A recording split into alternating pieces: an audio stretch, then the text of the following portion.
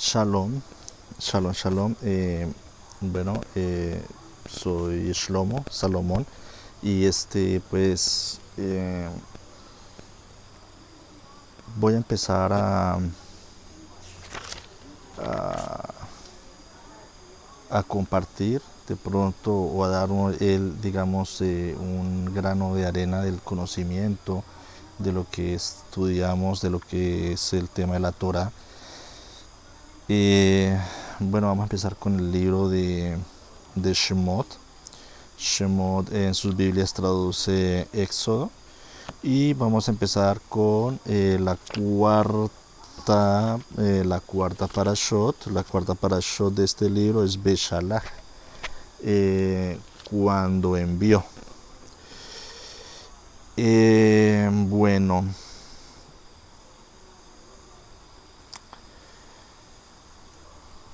Éxodo como tal es un libro bastante representativo en la parte, digamos, espiritual.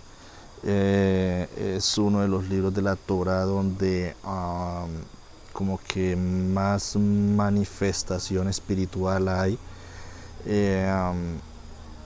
donde a nivel de global de, digamos, de la humanidad, es donde quizás ha habido más como más no sé cómo decirle, de pronto como energía espiritual, manifestaciones directas de Akadosh Baruj Hu.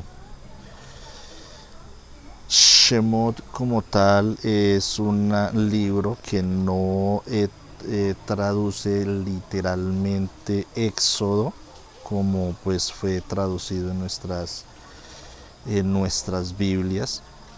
Shemot como tal, el significado real y literal es nombres. Vamos a ver que en este libro, a lo largo del estudio de las diferentes parashot que trae, se van a empezar a revelar, digamos, los nombres de ciertos personajes que hacen parte de las tribus de Israel. Pero lo más importante aquí es que en este libro, iniciando, pues se empieza también a revelar los sagrados nombres, el nombre de misericordia. Está el nombre Yud Hei Bau Hei, que eso es visto en las parashot anteriores. Y en esta parashot de Shalach, que es cuando se abre, cuando está la apertura del mar de juncos, también se es revelado pues los 72 nombres divinos, los 72 nombres de Dios.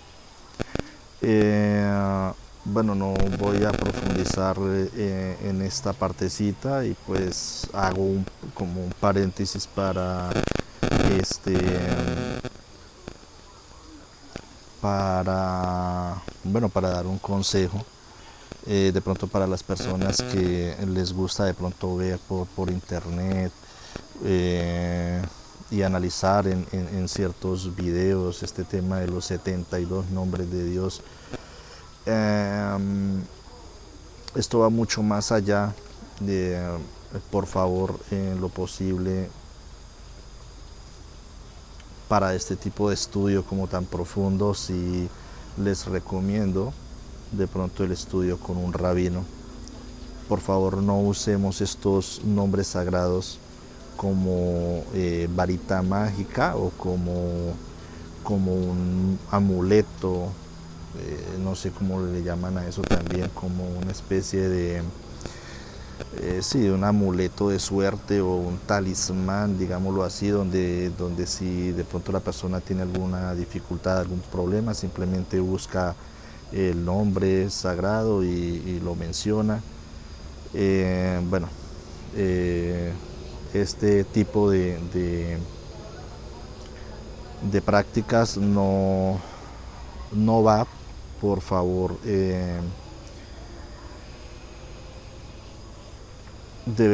para esto sí ya hay un estudio un poquito más profundo. Bueno, llego a esto porque pues igual aclaro que en esta parashot, digamos como en la parte del Sot, en la parte secreta del estudio de este libro, pues se habla de los 72 nombres divinos. Para los que no sabían, sale en esta parashot. Bueno, Shemot como tal, bueno, te decía que son nombres. Nosotros vemos que a partir del libro de Éxodo ya empezamos a ver el nombre de misericordia, Yud Hei Bau Hei.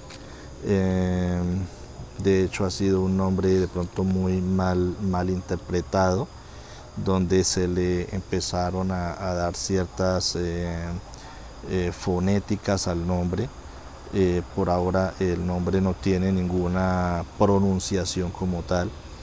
El pueblo judío, por respeto y para no llegar a una mala interpretación y profanación del nombre sagrado, se dice Hashem, ¿sí? Que Hashem significa el nombre, o refiriéndose al nombre divino, al nombre sagrado, al nombre de misericordia. En esta parashá Beshalach hay bueno, comentaba al principio que en esta serie de estudios de este libro, de los anteriores libros de Beshalach, que es esta parashot de la apertura del Mar Rojo, son libros que tienen una gran manifestación de Akadosh Baruj Hu, una gran manifestación de lo divino, donde ya digamos hay una relación como más directa. Nosotros miramos una relación más directa entre Dios y el pueblo hebreo. De pronto en Bereshit, que es el primer libro de la Torá, en el libro del inicio, Génesis, nosotros vemos que nuestros patriarcas tuvieron pues también una manifestación o una relación con el Eterno, con Akadosh Baruj Hu, hablando de Abraham, de Isaac, Jacob,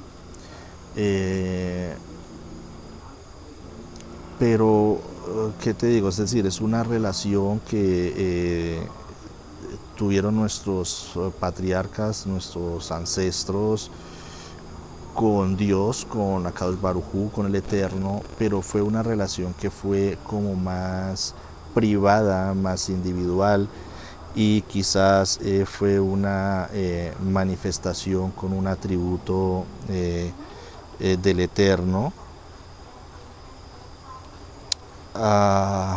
pero de pronto no fue como tan globalizada. O sea, no fue como tan evidente, no fue como tan evidente que el pueblo, que las demás personas que están alrededor se den cuenta realmente que digamos, Abraham, Isaac, Jacob tuvieron una relación directa con el Eterno. En este caso, ya digamos en Shemot, Éxodo, para hacerme entender, aquí la manifestación que tiene el Eterno con el hombre es como más global, se muestra más, digámoslo así. Hay como una energía, una representación energética, espiritual muy grande, donde es pero muy evidente. Sabemos que pues se le presenta, pues aquí ya se le presenta a Moshe Rabbeinu, y pues Moshe Rabbeinu empieza a llevar como el mando espiritual del pueblo, pero a su vez el pueblo también evidenció las manifestaciones divinas de Dios ordenadas por Moshe. Y bueno, si nosotros miramos en las parashot anteriores y miramos lo de las plagas, por ejemplo, si nosotros hablamos bueno, de las 10 plagas, aquí, bueno, en lo personal veo una lucha espiritual de dos fuerzas, ¿no? O sea, aquí hay que tener un poquito la mente abierta y entender que en Egipto también se movía cierta energía negativa, espiritual oscura, tanto que lograron imitar las primeras plagas, ¿no? Los egipcios lograron imitar las primeras hazañas y demostraciones o manifestaciones de Akadosh Baruj Hu, convirtiendo una vara en serpiente, el agua en sangre. Trataron de imitar las primeras manifestaciones, las primeras plagas. Pero acá, ¿qué es lo que quiero dar a entender? Que acá, si nosotros lo miramos desde una terminología de plaga, pues de pronto nuestra mente no se nos abre un poquito más a lo que realmente ocurrió allí, ¿no? En mi concepto yo diría que son las 10 manifestaciones divinas. O sea, estamos hablando de que eso fue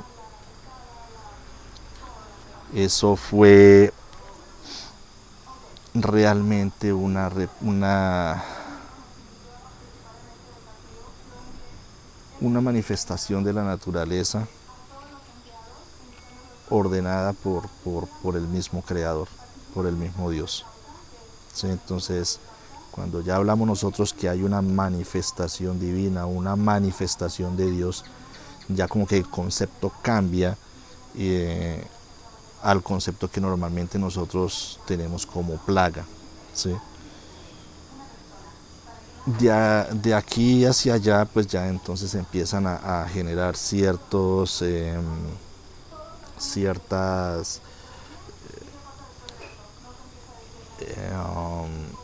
no tengo la palabra exacta para decirles, pero se empieza a presentar lo que es, digamos, como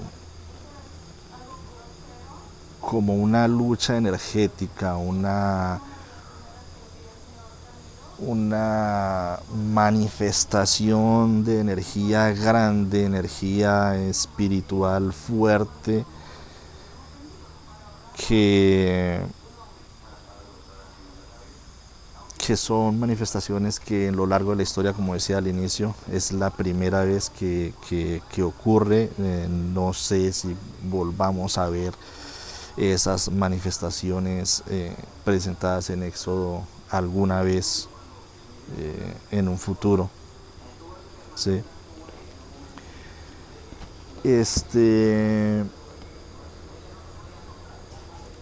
Básicamente en esta parashá empieza que dice: y ocurrió que al dejar salir el faraón al pueblo,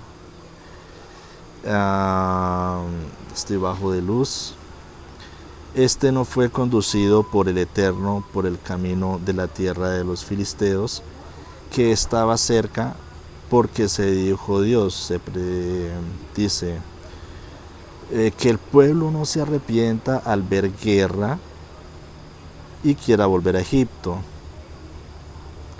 E hizo el Eterno, que el pueblo tomara el camino del desierto, dando un rodeo hacia el Mar Rojo. Y los hijos de Israel salieron armados de la tierra de Egipto. Y Moshe llevó consigo los huesos de Joseph, cumpliendo lo que le había pedido a los hijos de Israel para cuando les redimiera el Eterno. Bueno, aquí estamos hablando, ya hablamos prácticamente de la salida del pueblo de Israel de Egipto, de Mitzrayim. Y este suceso, estamos hablando que el Eterno no permite que el pueblo tome el camino corto, ¿sí? eh, porque, bueno, hay una parte de un Midrash que dice que una de las tribus de Israel anteriormente intentó salir de Egipto y y pues ellos fueron atacados, ¿no? Y por tal murieron a filo de espada y pues obviamente hubo evidencia de guerra en ese campo, ¿no? Entonces eh, aquí hay un Midrash que explica que el Eterno no quería que los hijos de Israel vieran esa masacre o ese rastro de guerra que hubo ahí, para que no entraran en temor y no se retrocedieran o se devolvieran hacia Egipto, ¿no? Entonces él dice que los conduce al que en camino hacia al mar de los juncos, ¿no? Este, bueno,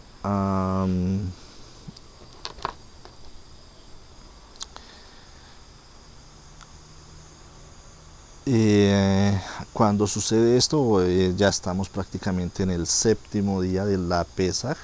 Eh, Recordemos que anteriormente pues el Eterno dio la orden de la cena de Pesaj, una cena espiritual que marca precisamente un ciclo, eh, y tiene que ver con la parte del desprendimiento, de la salida de Mitzrayim, de Egipto. Y aquí estamos en el séptimo día de esa festividad, ¿no? Bueno, hay que aclarar también que de pronto muchas personas tienden a celebrar esta fiesta de Pesaj en algunas comunidades, pero hay que tener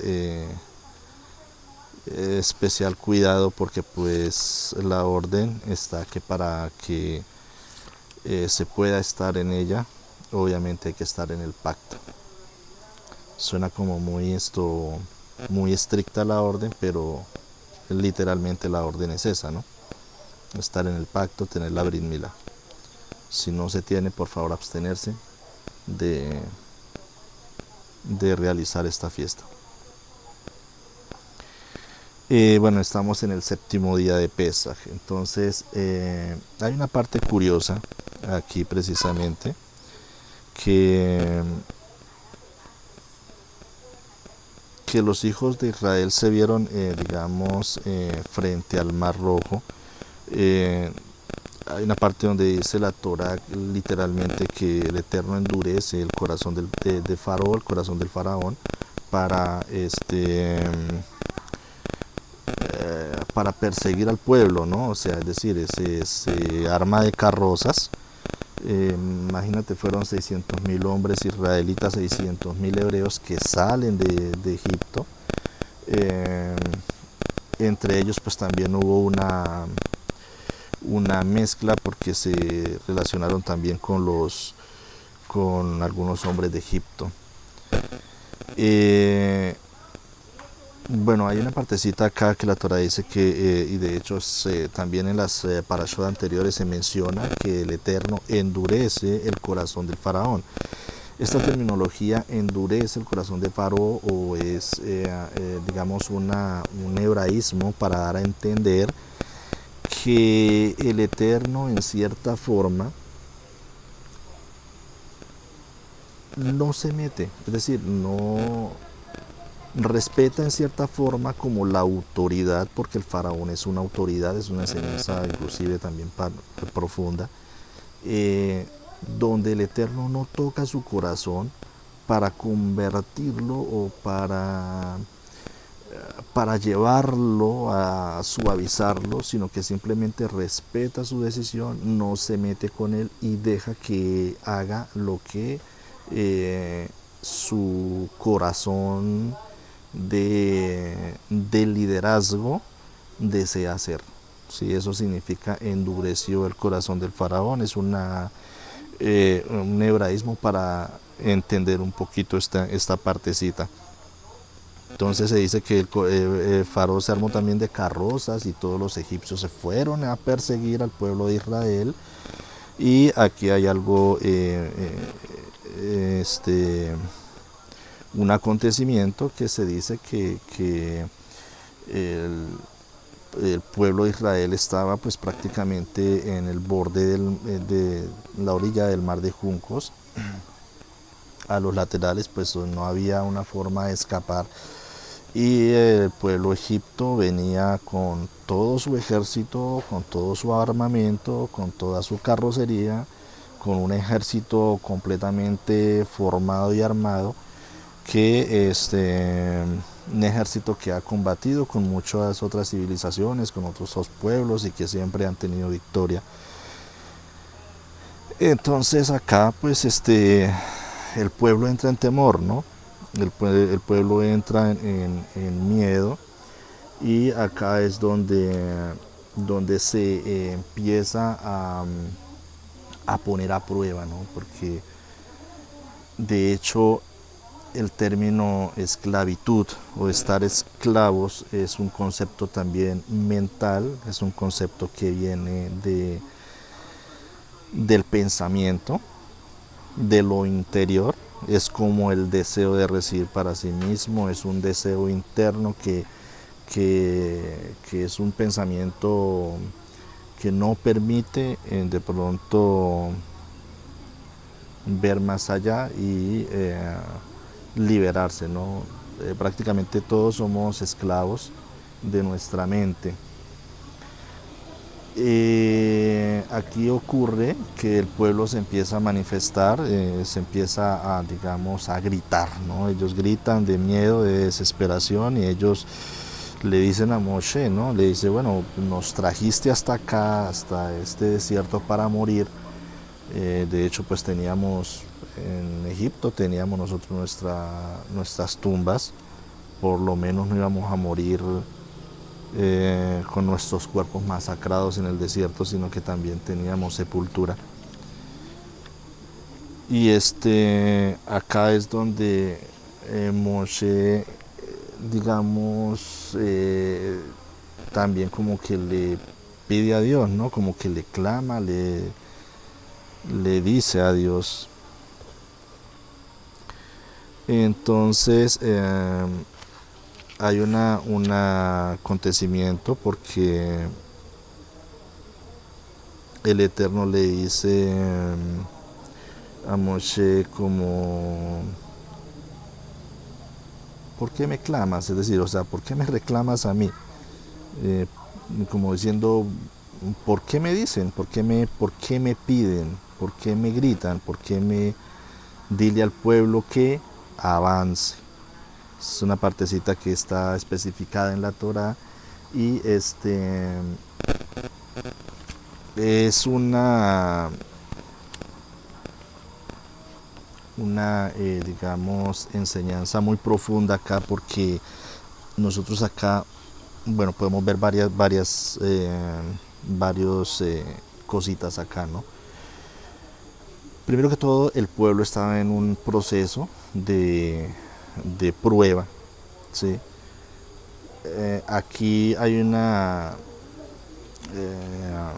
digamos, un paréntesis, un corchete que dice que dicen los grandes sabios que acá, digamos, el nombre divino, el nombre de misericordia fue revelado a Moshe, Yod-Hei Vav-Hei, porque para poder liberar al pueblo de esa clipot o de esa energía negativa y densa que los cubría, de tantos periodos de, digamos, de esclavitud y de opresión mental, y esa, digamos, opresión. No lo podía hacer con el nombre, con los nombres con los atributos que se le presentó a nuestros anteriores patriarcas, sino que tenía que hacerlo con el nombre divino, con el nombre de misericordia, el atributo de misericordia, Yod-Hei Vav-Hei. Y acá es donde el pueblo empieza ese proceso de depuración y de limpieza, ¿sí? Esa es una de las razones por las cuales el Eterno no los mandó por el camino corto, sino que los envía por el camino más largo, para que ellos empiecen a tomar ese camino de pruebas y ese camino, o sea, el camino espiritual es un camino que es digamos que no es fácil, ¿sí? Es un camino, es algo donde hay que enfrentar ciertas dificultades, ciertas pruebas. Muchas veces los hijos del Eterno piensan que porque encontraron ya un camino, que porque encontraron ya, digamos, la revelación, la verdad de la Torah, entonces toda su vida va a florecer y no va a tener problemas, no va a tener ninguna dificultades, que el Eterno pues le va a hacer llover todo como de una forma muy fácil. Y no, quizás acá en este proceso de camino espiritual se presentan inclusive más dificultades, retos, donde nuestro pensamiento, nuestra mente también empieza a jugarnos. Uno muchas veces lee acá estas historias y uno a veces ve personas que, digamos, estudian la Biblia y dicen, bueno, pero esta gente qué le pasaba, ¿no? O sea, vieron tantas manifestaciones divinas del Eterno, con las 10 manifestaciones que te decía de las 10 plagas, eh, tantas maravillas que vieron en Egipto, y aún así tenían esa duda, ¿no? Ese Amalek por dentro. Precisamente el Eterno necesitaba que el pueblo como tal tuviese esa depuración mental, que pudiesen, digamos, liberarse de esa esclavitud. Y aquí es donde están las pruebas de Muná, las pruebas de fe. El Eterno les dice, bueno, porque claman a mí, avancen, avancen. Eh,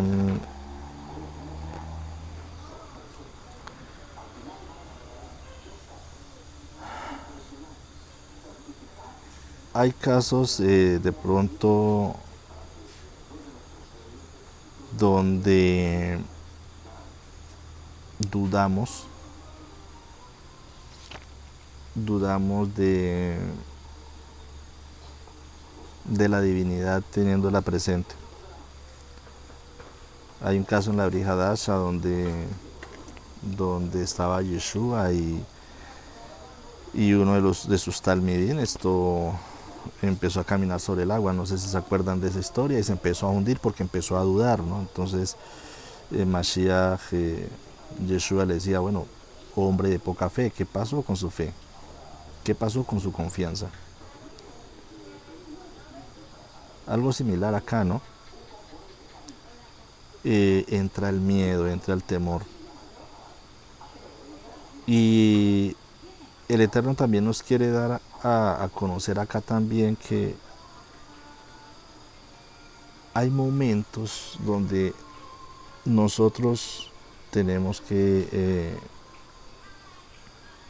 nosotros oramos al Eterno. Hay momentos donde nosotros nos concentramos, entramos en Idbodedut, tenemos un momento apartado para Hashem, donde oramos, le pedimos. Pero también hay momentos de actuar, ¿no? Hay momentos de entrar en acción. Entonces muchas veces cuando nosotros tenemos ciertas dificultades, ciertos problemas en la vida, muchas veces el Eterno nos dice, no es momento de que me clames, actúa, hazlo, lánzate, que yo estaré contigo. Esa es la emuná, la verdadera emuná, ¿no? La verdadera emuná, como decir, yo suelto mi volante y que el Eterno sea el que dirija el volante del carro de mi vida, con la plena confianza y seguridad que no me voy a estrellar y que nada malo me va a pasar. Acá fue una prueba grande de fe,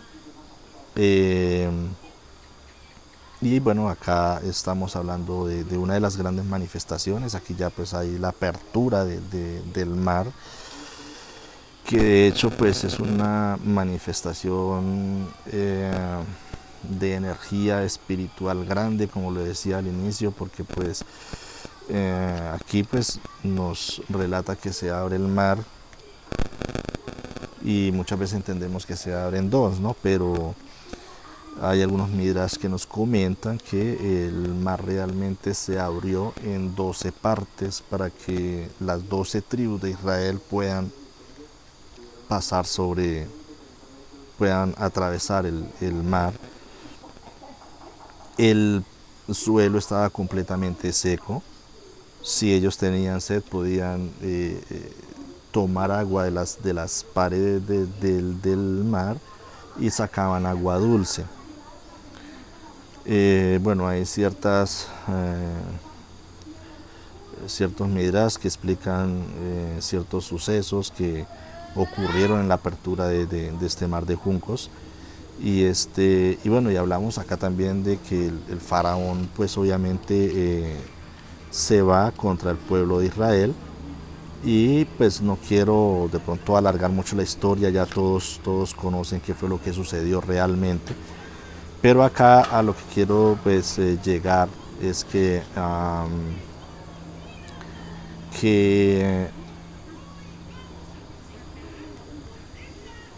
hay momentos en la vida donde nosotros debemos actuar con plena confianza y con toda la emuná de que el Eterno va a estar con nosotros. Muy importante la tefilá, muy importante la oración, estar siempre conectados con Akadosh Baruj Hu. Eh, y ya en los momentos de dificultades, el Eterno sabe qué es lo que nosotros realmente necesitamos, ¿no?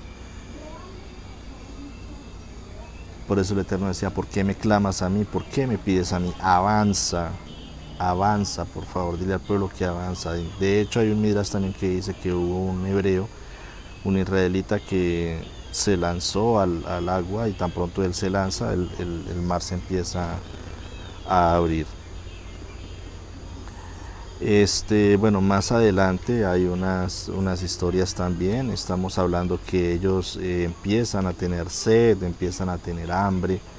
Y pues está el segundo grito del pueblo cuando tienen sed, ¿no? Y bueno, acá básicamente es las historias que nos relata la Torá de todo lo que sucedió con nuestro pueblo, con nuestros antepasados. Eh, También es una forma metafórica para darnos a entender a nosotros la tecnología espiritual y qué es lo que debemos hacer, cómo lo debemos hacer, qué es lo que necesitamos. Y fíjese que acá en el estudio de la siguiente parashot, de las siguientes historias que nosotros vamos a empezar a encontrar en la Torah, vamos a encontrar todo un esquema de tecnología espiritual para nosotros poder tener ese acercamiento con el Eterno, ese acercamiento con la divinidad, lo que normalmente se llama un corbán, ¿no? Un acercamiento. Que fue que fue traducido como sacrificio, aunque no traduce realmente sacrificio como tal, sino que es un acercamiento. Entonces, vamos a ver nosotros en el transcurso del libro digamos, esa estructura tecnológica que nos entrega el Eterno para podernos acercar a Él. Todo lo que está escrito acá está escrito de una forma metafórica. Lo decía porque pues acá el pueblo empieza a clamar por sed. Ellos tienen sed. Digan, o sea, una vez se pregunta, ¿quién puede vivir sin tomar agua durante 3, 4 días en un desierto?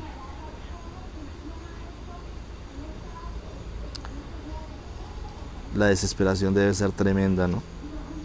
Debe ser fuerte. Y yo creo que la sed y el hambre nublan la vista y empieza la queja.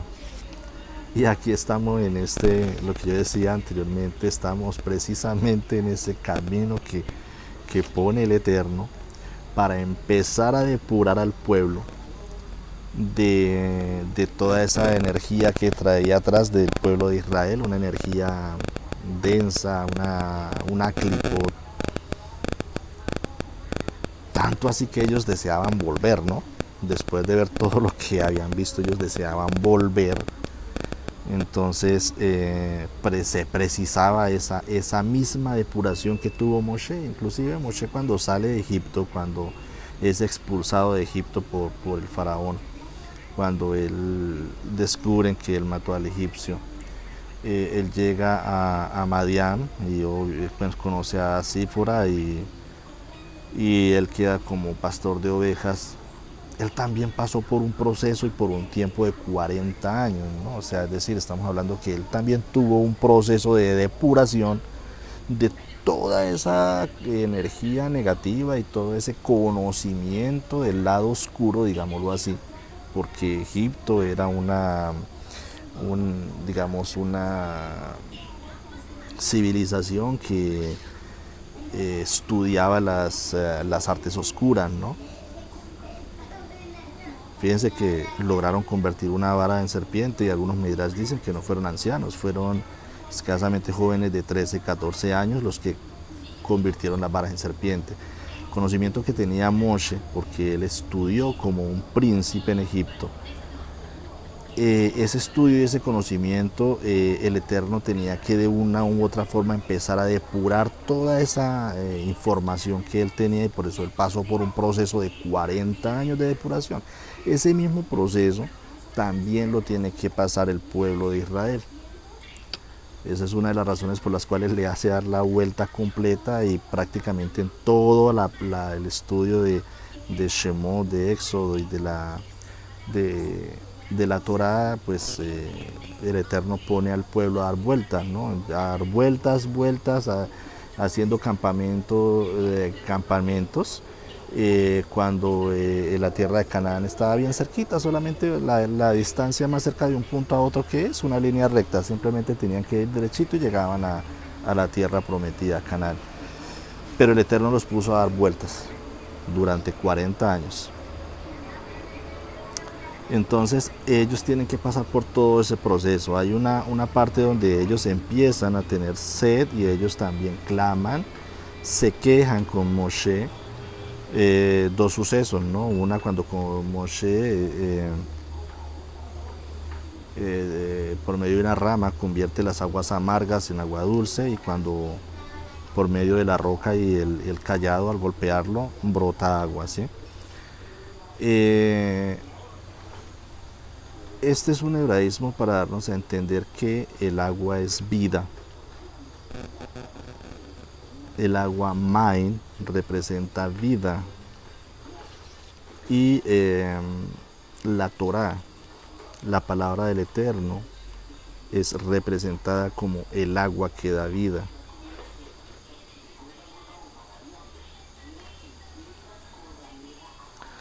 Decimos que también la Torá es como el árbol de vida, que los que se aferran a ella tendrán vida eterna. Y también es representada por agua. La Torá es el agua de vida. Y bueno, también es lo que nos da a entender Yeshua cuando dice que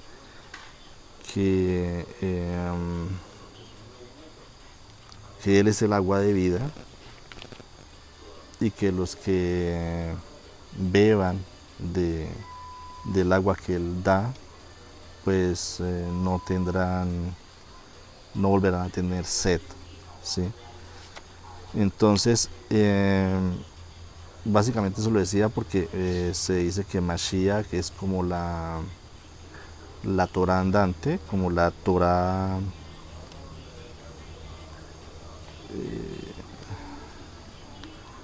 básicamente es la Torah en vida, ¿no? Entonces cuando el pueblo de Israel acá tiene sed y él pide a Moshe, pues obviamente es un hebraísmo para también darnos a entender que el pueblo necesitaba la Torah. Necesitamos el agua de vida para poder vivir.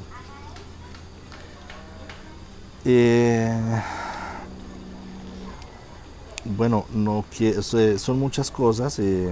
Ya para el próximo video voy a empezar con la Parashot de Yitro y y espero que de pronto lo que haya comentado sea de pronto para para que les ayude un poco en el conocimiento. Estos videos no lo hago, hay mucha gente que de pronto tiene un conocimiento más extenso, más amplio. La idea es empezar a aportar. Yo creo que uno tiene un propósito en este mundo y es un propósito también espiritual, y es de pronto guiar y orientar a otras personas. Y básicamente es increíble lo que uno puede aprender estudiando Torah. Esto es realmente muy extenso. Hay ciertas cosas que prefiero pues de pronto no expandirlas, porque de pronto tendrían a ser un poquito confusas. Entonces, nada amigos, esto es lo que quería compartir de la Parashá Beshalach, cuando envió la apertura del mar de juncos. Ya para terminar, pues fíjense que estamos hablando del mar de juncos, ¿no? Por un error de pronto de traducción, y un error tan grande que fíjese que pues realmente cuando pasan la Torah, digamos, al inglés y ponen la palabra junco en inglés, le quitan una E a la palabra juncos y quedó como red. Entonces ellos lo trajeron como el mar rojo, pero realmente no traduce mar rojo sino mar de juncos. Es un error que fue como tan representativo a nivel digamos mundial, que todo el mundo conoce el mar como el mar rojo, tanto así que hasta en los mapas mundis aparece como mar rojo, pero su real nombre es el mar de juncos. Nada amigos, pues eso es lo que quería compartir. Espero que haya sido de su agrado, y próximamente estaré compartiendo un poco más sobre la Torah. Estaré próximamente hablando de la Parashá de Yitro.